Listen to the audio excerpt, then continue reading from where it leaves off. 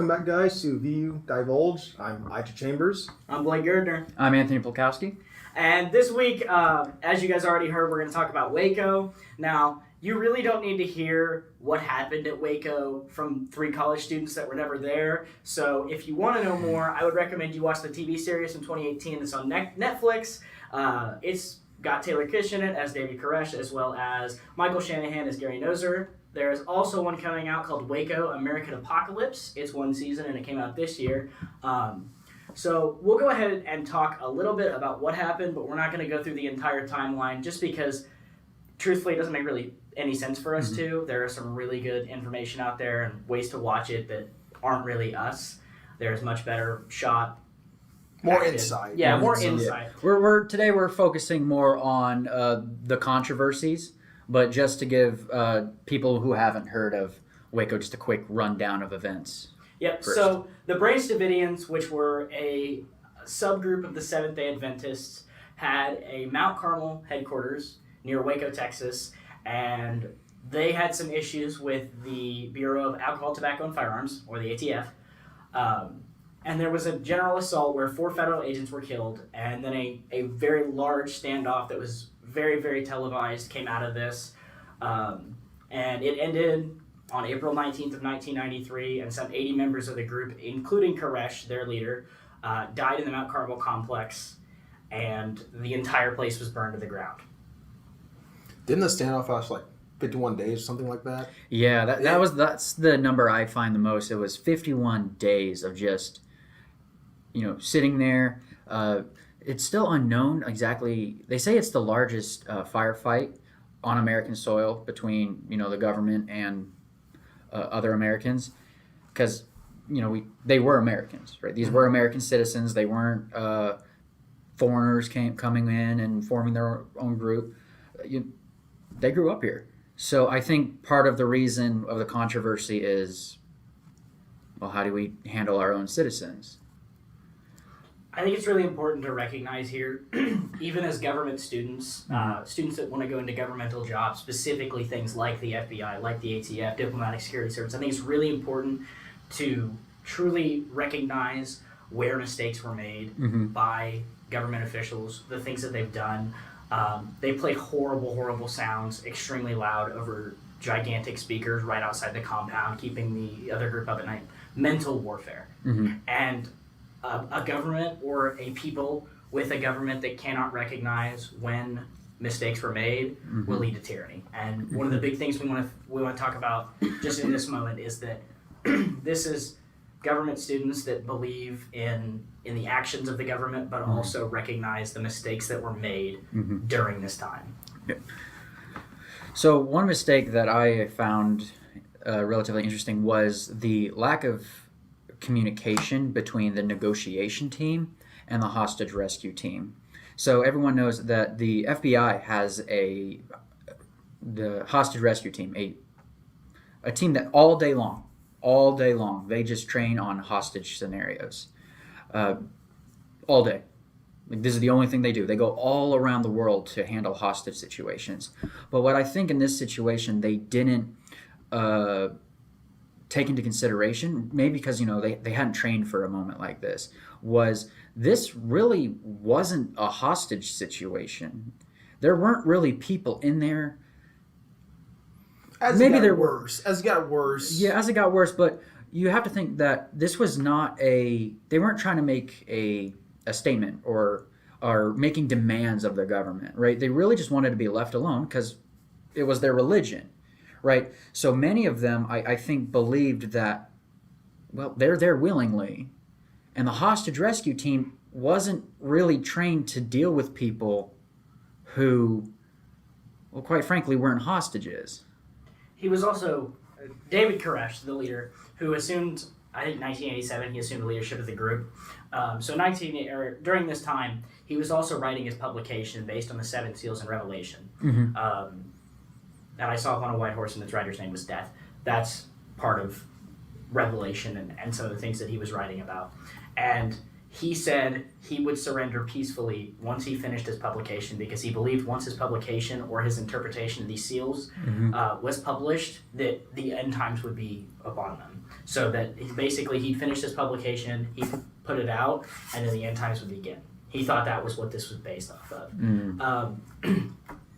Part of this is some type of radical on a religious standpoint, and you can't always recognize whether or not something is or isn't, and not a lot of religions are, whether they are thought to be or not, but there are points where New Age prophets, or Jonestown, look at Jonestown, where you had Jim Jones and the things that he did. That's when they start to become this culty idea, and that's a lot of what Waco is everybody goes, oh, Waco's a cult, like it was a cult. Well, no, they were Seventh-day Adventists, and they were a part of a religion. They just got skewed along the way, and this happens a lot of the time. I mean, there are certain ways that these things go. They can either stay on the path that they are, or something can happen, and it's the end times. Whenever David Koresh took over, is when it all started going down for everyone. Pretty sure you guys know that, I don't know if the audience know, but he started taking spiritual wives. He wanted to create a new lineage to rule the world after the end times came and all that nonsense. Well, not nonsense to him, of course, and all that, and probably many of the members, but a lot of the members did. That's when some members started to split. That's where some members maybe things are changing, because a lot of his spiritual wives, some of them were willing, some of them were on the fence about it, but a lot of them were also young kids, teenagers, stuff of that nature.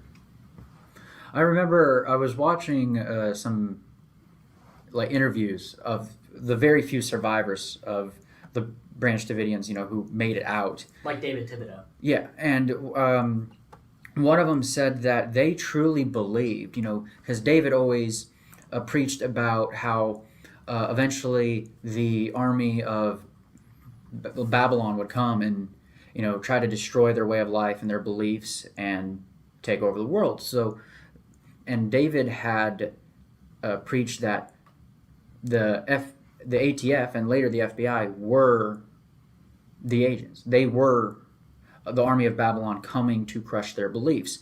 So that's why many of them refused to surrender, or they didn't want to surrender, because to them this was a challenge of their faith, which once again I think is why or where the negotiators also struggled in this situation, because they're trained on dealing with, hey man, what do you want, what, just let the hostages go, just whatever. They weren't really trained for someone who, this is a religious thing to them. They're not doing this because they want something in return. They're doing it because they feel like they have to do it, that this is a challenge of their faith, right? And once again, since most of the followers willingly followed him, it wasn't a hostage situation. So there wasn't really a clear way of how to deal with it, because a situation like this had never occurred before. And with the failure of the communication between the hostage rescue team and the negotiation team, the negotiation team, they're trained on keep everybody calm, let's take it slow, let's work through the problem. The hostage rescue team, everybody knows you can't take all the time in the world in a hostage situation. Every day that a hostage is with their captor, you are decreasing the chances of their survival. And once you start an operation, once you start a typical hostage rescue raid, you can't go slow. Once you start it, you have to go, because now the clock is running down, and if you go too slow, they risk killing the hostages before you can make it to them. So on one hand, you have a team who's trying to keep everybody calm and take it slow, but on the other hand, you have a team who, quite frankly, was trained on go, go, go, not let's sit here for 51 days and figure it out. And these two teams were not talking to each other as much as they should have. And I think that was probably one of, if not one of the biggest reason that Waco ended in the way that it did. And one of the biggest things is how it really started. That confuses a lot of people. So the original part of this that they kind of tipped people off was that there were suspected child abuse going on in the Mount Carmel compound. And I cannot say whether or not that was true, but also he had started a retail gun business. Mm-hmm. As David Koresh had started a retail gun business, and that's what brought the ATF in, is because they had intelligence and evidence leading them to believe that they were illegally converting semi-automatic weapons into automatic weapons. I'm not entirely sure on the process of that, but I know that that's really bad, because automatic weapons, obviously, even for a group the size of the Branch Davidians in Waco, was a terrible thing to try to have to imagine if how it had played out with automatic weapons and with all of them having one. It's just a really tough situation even to discuss and try to work through, because there is so much to Waco, there is so much to beliefs and religion in it, and I'm all for the conversation of religion. I mean, truly, I'm a pretty devout Christian, and I'm not afraid to discuss, the goods and bads of where it falls, but I know that this was too far. Well, yeah, because in this country you have freedom of religion. You can believe in whatever you want.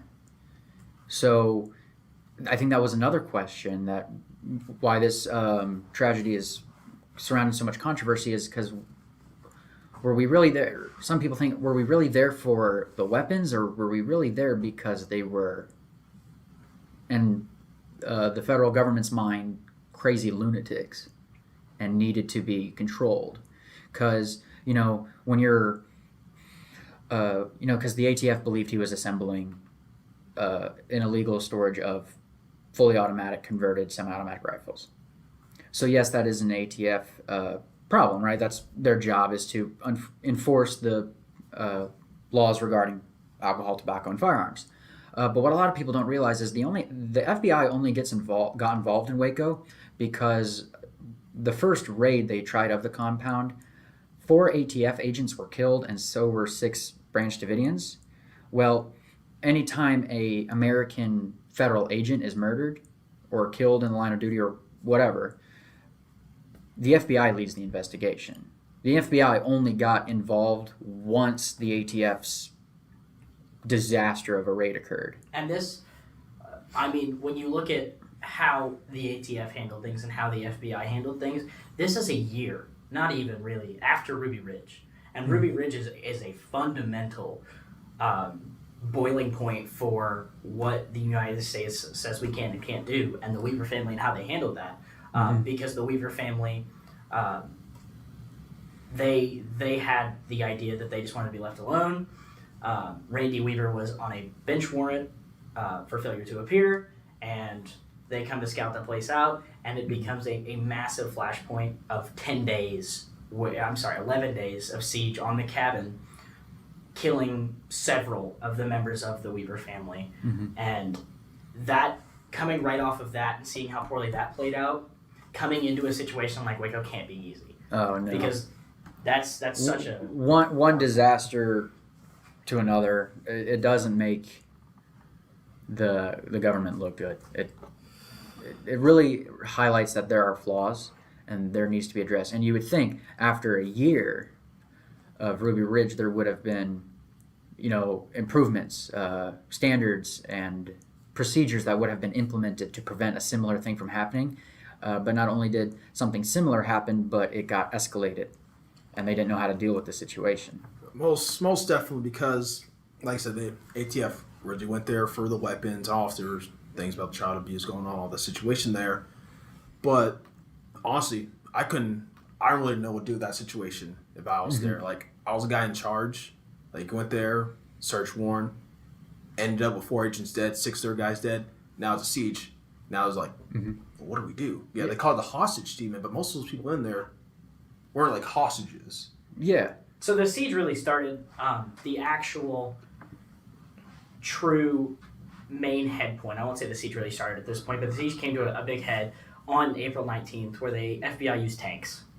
They used tanks to ram this building. And then they launched a tear gas assault just to try to force everybody out. And somewhere, now it is not known still, and I don't care what anybody says, truthfully, because I'm not going to make the call and nobody else should, because I don't want to trust it one way or the other. We don't know who set the fire. We don't. Yeah. Because I've that's heard huge. I've heard stories. I've heard 3 theories. One was obviously the government started the fire, claiming that the tear gas wasn't working to draw them out, so maybe a fire would.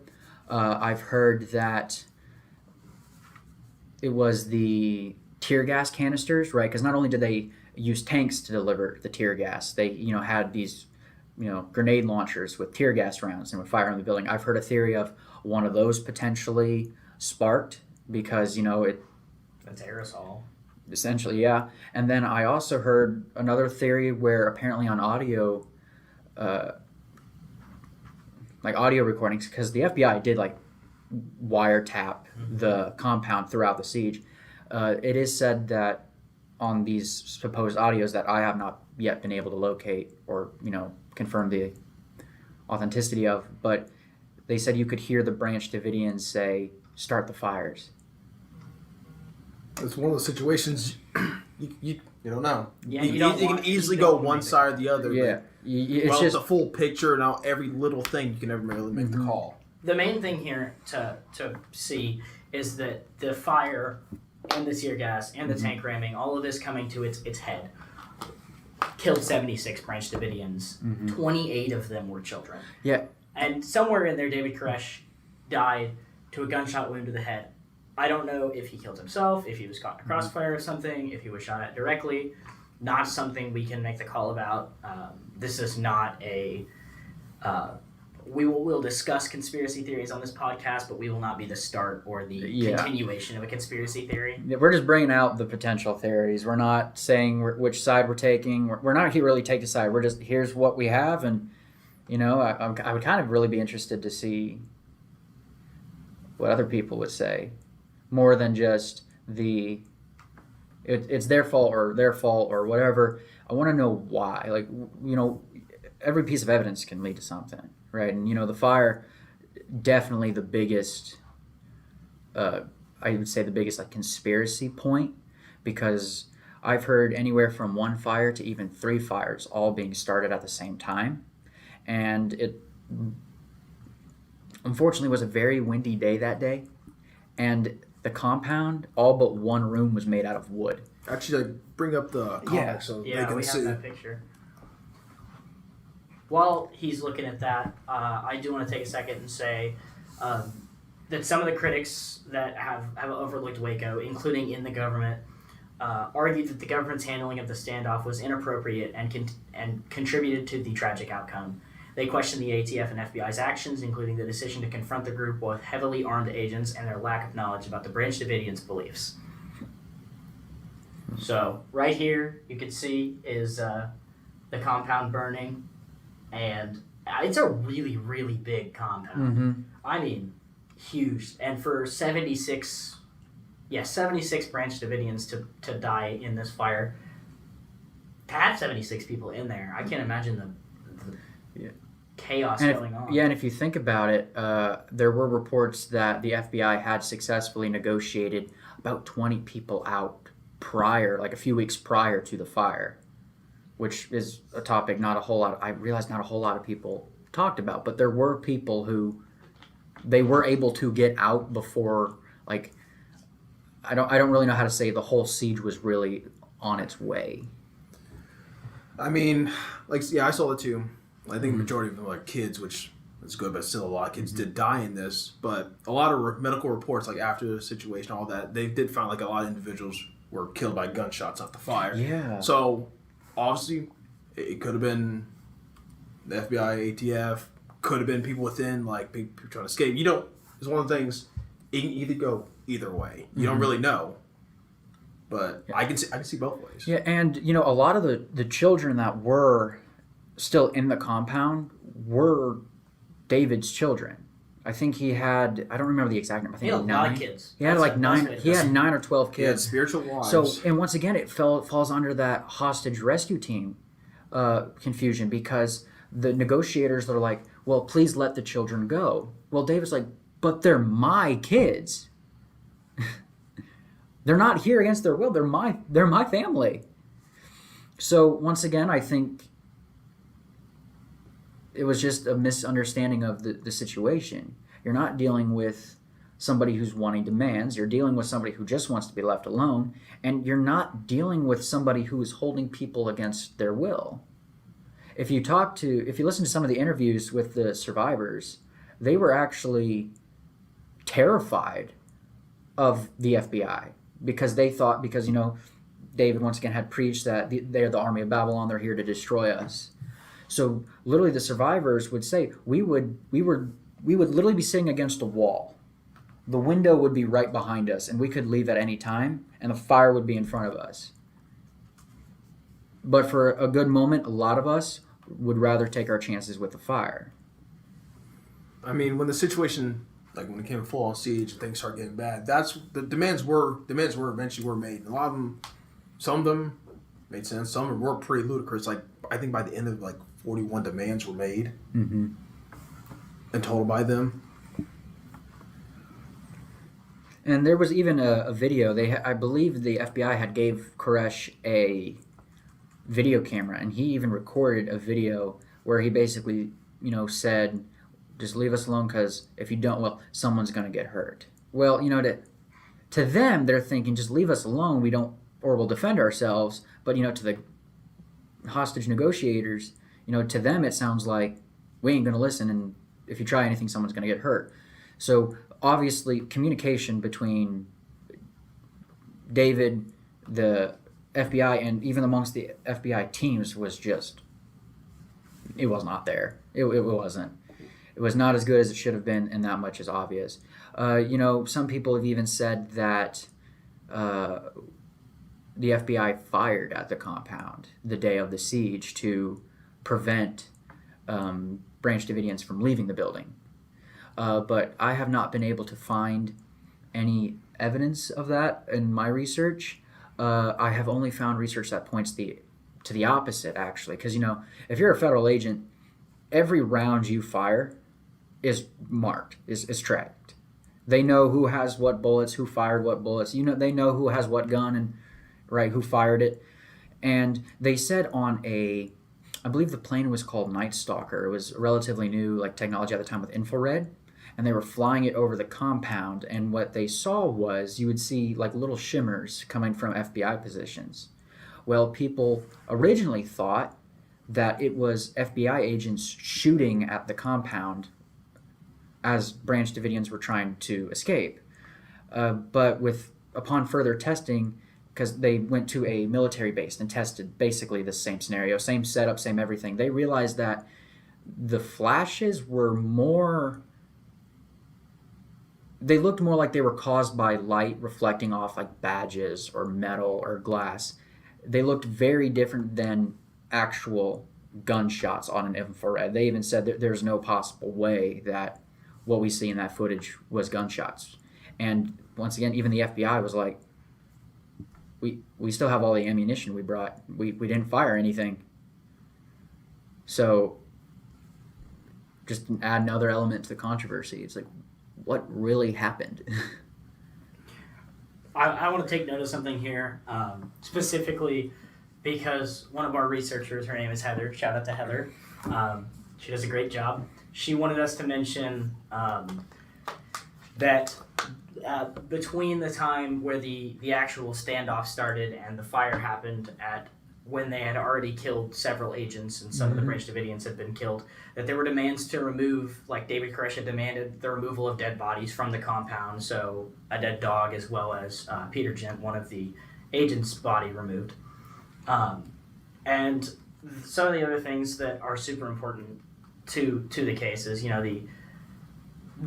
when this fire broke out, there was initial attempts to fight the fire, but the FBI at some point in there stopped because there's so many weapons in that building, according to reports, that they were worried about, an explosion.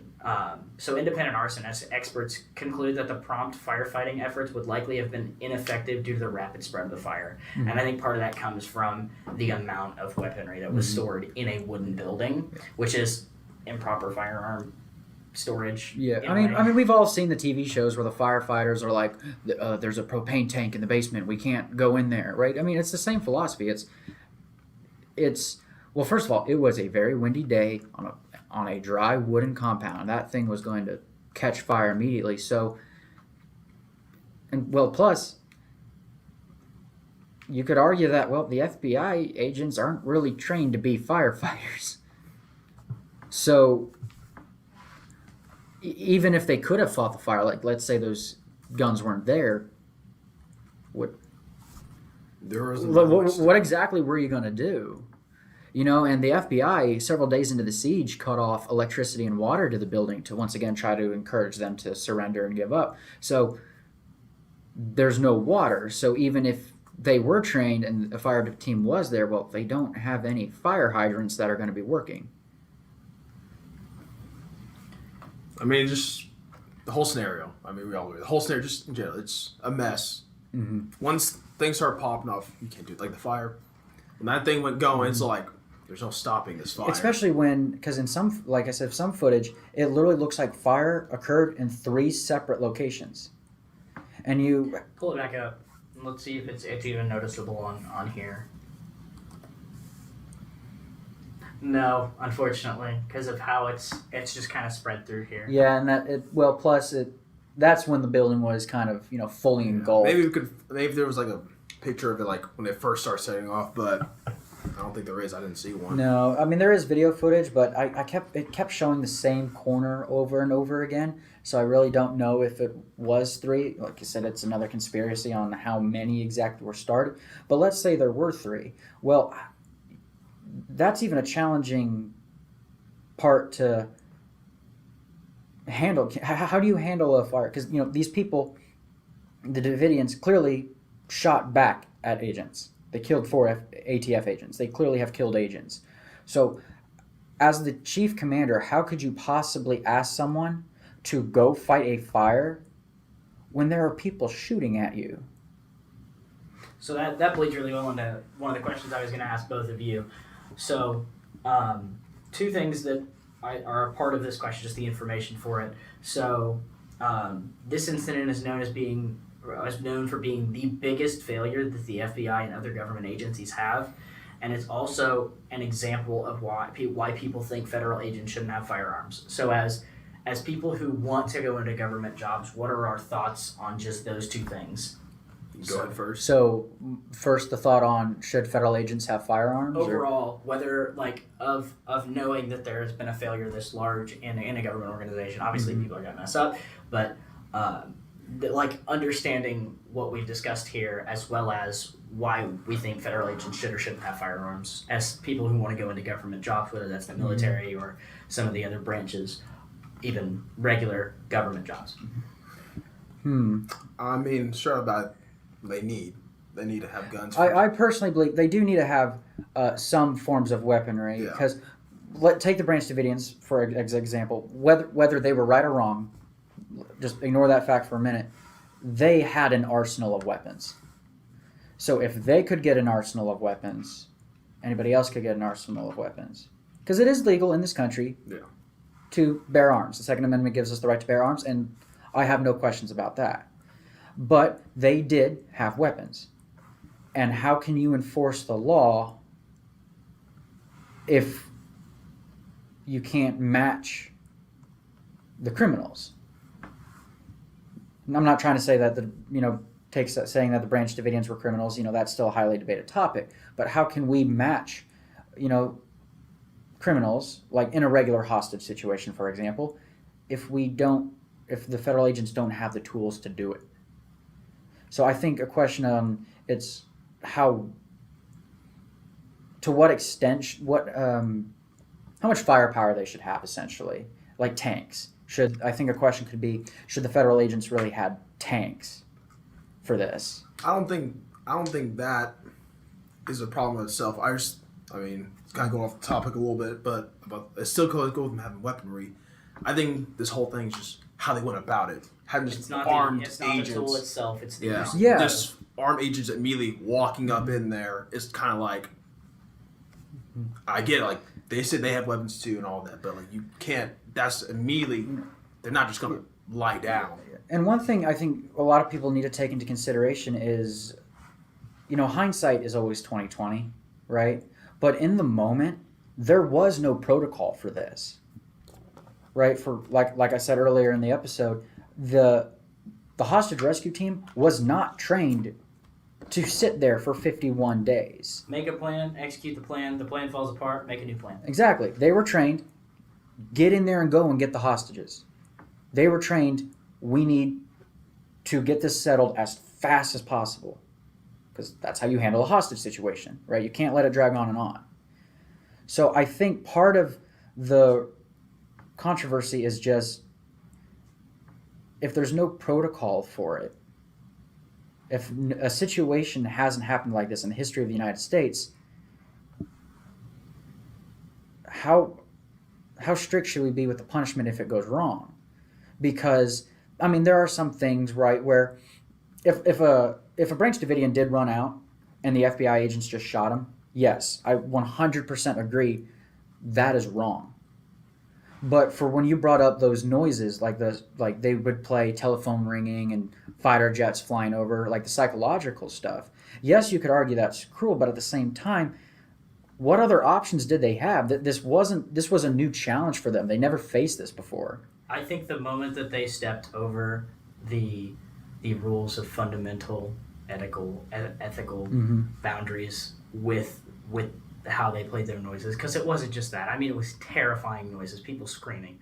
So I think we might want to take a back step on the part that yes, they didn't have a plan for it, but going as far as to say that this was like, we can't fault them for doing something like that.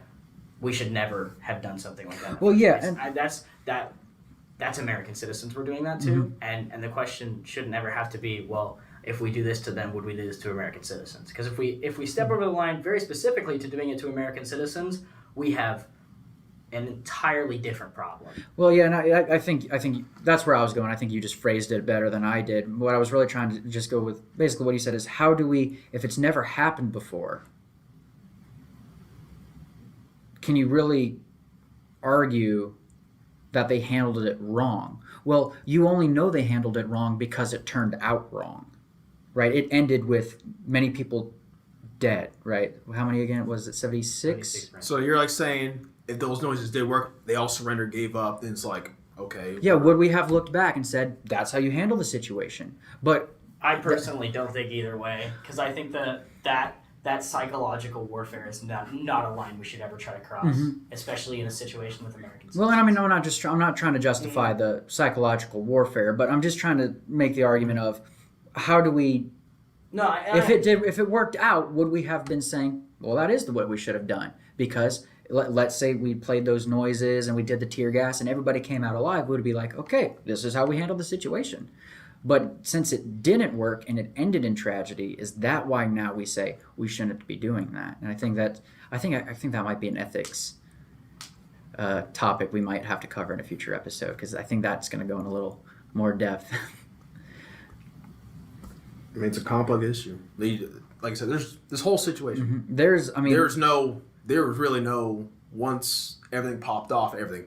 There's really, like I said, even with like hindsight, other than like maybe not going in there armed agents right off the bat, that's the only thing I think that can change it. But if I was in that situation, like right now, I'm the commander in chief, I'm leading this.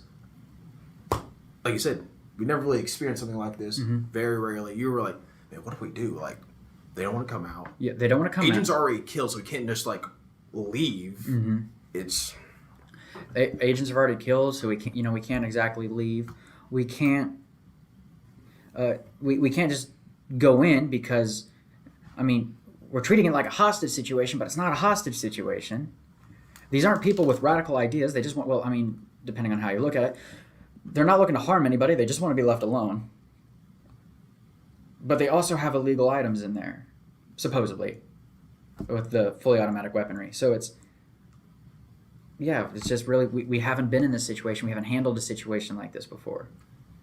I think to kind of cap this off and to put some final thoughts into this, I wanted to talk about, so like right about 7 years after the Waco siege, a man attempting to rebuild the church in Mount Carmel, so the compound that we saw on fire, Alex Jones was his name, released a video titled "America, Wake Up or Waco," where he claimed that Waco was only an intentional opportunity for the FBI to machine gun down women and children.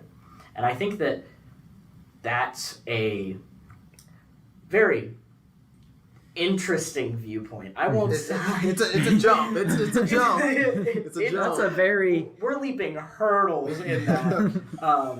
I truly believe. But so a lot of the talk about Wake Up or Waco has, and some of the conspiracy theories behind Waco have led for some Americans to actually fear the agencies designed to protect our country. And the last thing I really want to say is, yes, absolutely, we should put forth faith in our government agencies and their ability to protect us and keep us safe. However, there are times where they step over the line. Mm-hmm. They make the wrong decision, the wrong call. Mistakes are going to happen no matter who you are, where you work, what country you're in.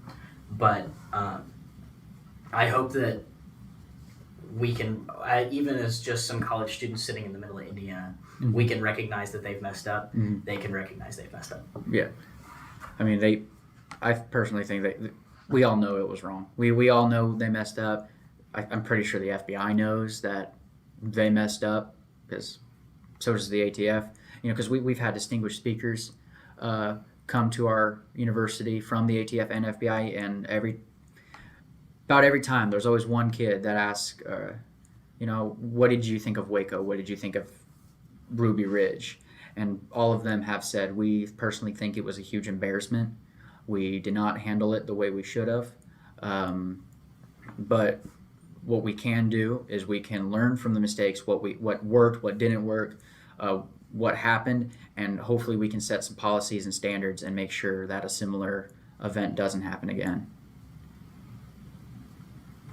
I mean, I definitely agree. Mm-hmm. Like, we can only hope that things get better in the future, that a situation like this never occurs again. I mean, that's what we all hope for. Mm-hmm. Learning from mistakes. The terrible mistake I had to learn from, but once again, it's a situation like that never occurred before. Yeah. So I don't know, but I guess for now it's going to remain a controversy, and probably will be for a very long time. Yeah. Once again, if you would like to hear more information on the Waco siege, there's some great things out there, very specifically on Netflix. We're not sponsored. But Netflix has some great ones. YouTube has some really good documentaries. So if you wanted to take time out of your day and learn more about Waco, please do so. Thanks so much for watching. I appreciate you guys tuning in, and tune in for our next episode, which will be over the current conflicts going on in the Middle East, correct? Yes. I'll tune in for that, and hope you guys have a nice day. All right. Later.